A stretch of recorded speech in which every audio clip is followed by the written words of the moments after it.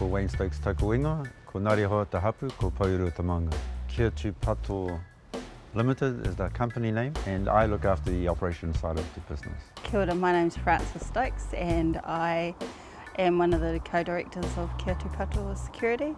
My iwi affiliations are Tātanga Mahaki, Rongo Whakaata, Whakatohia, Ngāti Kahungunu ki Hiratanga ki Wairoa, Ngāi Tahu. My name is Te Arahi Stokes. My role in Kia tū Pato includes being an operations officer, a manager, a taxi driver, a PA, an admin person, stationery collector, and anything else that gets added to my list.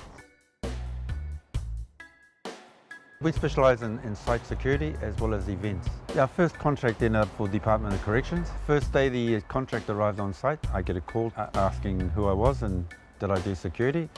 At that time I thought it was just one of my mates having me on, so I answered yes, and he asked me if could we have a security person on site at 7 o'clock that night, and once again I said yes. And the person at the other end of the phone asked me what the price was, and at that stage I realised this wasn't a joke from one of my mates, it wasn't being set up, and told him that I'd get back to him. And really that's how we started the business. By the time they found out we weren't a security company, we were. Probably a highlight for us over the last 10 years has been working at the Rugby World Cup. We had 150 staff and all the logistics that went with it was a whole lot of fun and a whole lot of headache. I guess one of the learning things we did was, yes, we can do it, and then we figured out how we could do it. My background is New Zealand Army with the Sri Lanka North Battalion for a number of years. I also have done a lot of youth work and working with people. Ran the employment incentive for people getting into business, so I had a whole lot of ideas about what would make a good business. Just needed the opportunity. My father's strength in the company, I think comes based from his army perspective, because he likes to run things like that. So he's very good at telling people exactly what he wants. He doesn't realise that he gives orders, I don't think, and I don't receive them very well. So from time to time I encourage him to do it my way. Working with Frances is always a challenge. One of the things that having two people working in the business who have equal rights, you have two different views. There's always something that comes out of it that makes the job a better place by having two different views, or two opposite views sometimes. The result is always a better product than if you had work done it alone. And at the end of the day, it's like watching a beautiful sunset. If you haven't got somebody to share that experience with, it's not worth as much. Our family life is compromised because our business runs 24/7. There is no time off, and then personal things get brought into the office. That's the tricky bit, is that it's not just a professional. You can leave at 5 o'clock and don't have to think about it till the next day. You still have to talk to them. Working with family, you have to take it warts and all. And our kaupapa is to work with whānau and employ whānau, so we have to accept what that means in terms of good times, bad times, and the challenges that we have sometimes on a daily basis, especially when there's a crisis. Rugby World Cup was a classic. I think I could have got divorced about 6 times, and that was per day, not per week. Someone usually does just have a little bit of an eruption, and then it just gets dealt with and then move along. Probably our biggest challenge, or the thing that we didn't know about, was handling the money. The admin side of that, the GST and the taxes. We were aware of it, but actually how to make that work. Our cash flow probably still remains one of our biggest challenges because of the amount of wages we have to pay on a weekly basis, and the clients don't necessarily pay weekly.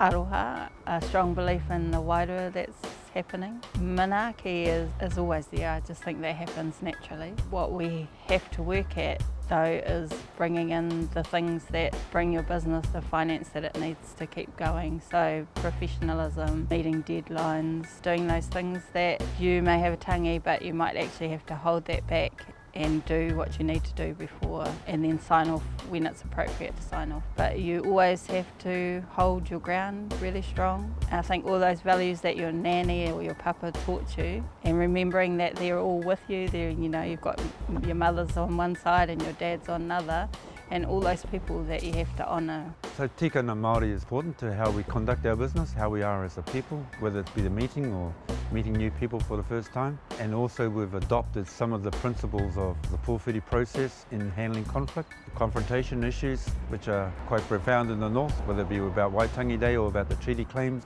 or about marae and hapu conflict. So understanding the rules of engagement from a Māori perspective and from a marae perspective are useful tools in dealing with the confrontation, especially involving our own people.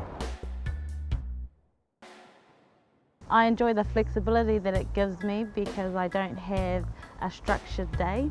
I can be at work after I've taken my baby to school, and I can be at home when she finishes school. I, however, have to be on call 24 hours, 7 days a week, but it also means because it's a family business, I can bring my baby to work with me when she's sick or if they've got a teacher-only day. So my work is very adaptable for my life, and that's why it's very suitable for me at this stage. So family is important, and keeping the family provided for is a key motive for being in business, and also having the control of being able to employ family. The other main thing is probably we enjoy is that promoting Māori.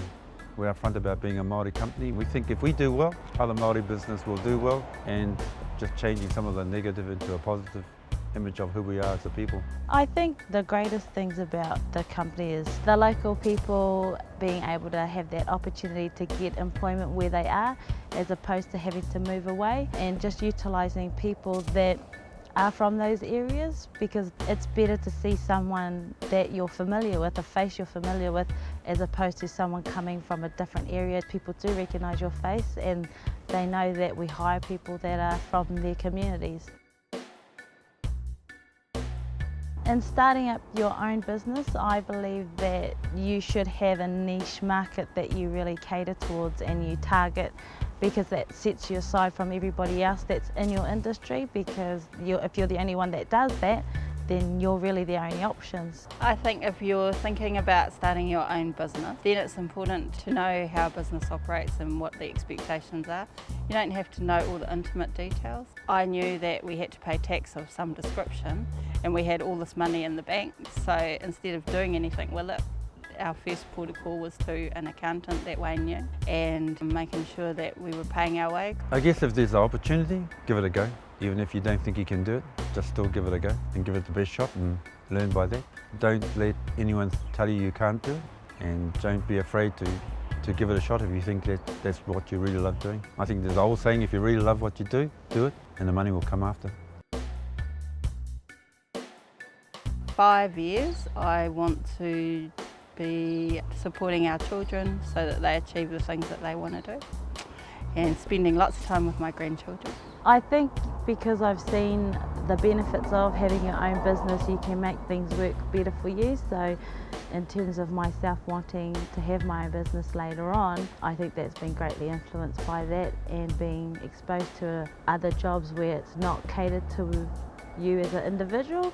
And I think that's why my greatest desire is to have my own business, is because it'll work for me. 5 years, I hope to be working part-time for the company, and one of the children taking a main role and becoming less of an advisory role as time goes on and they progressively step into the role.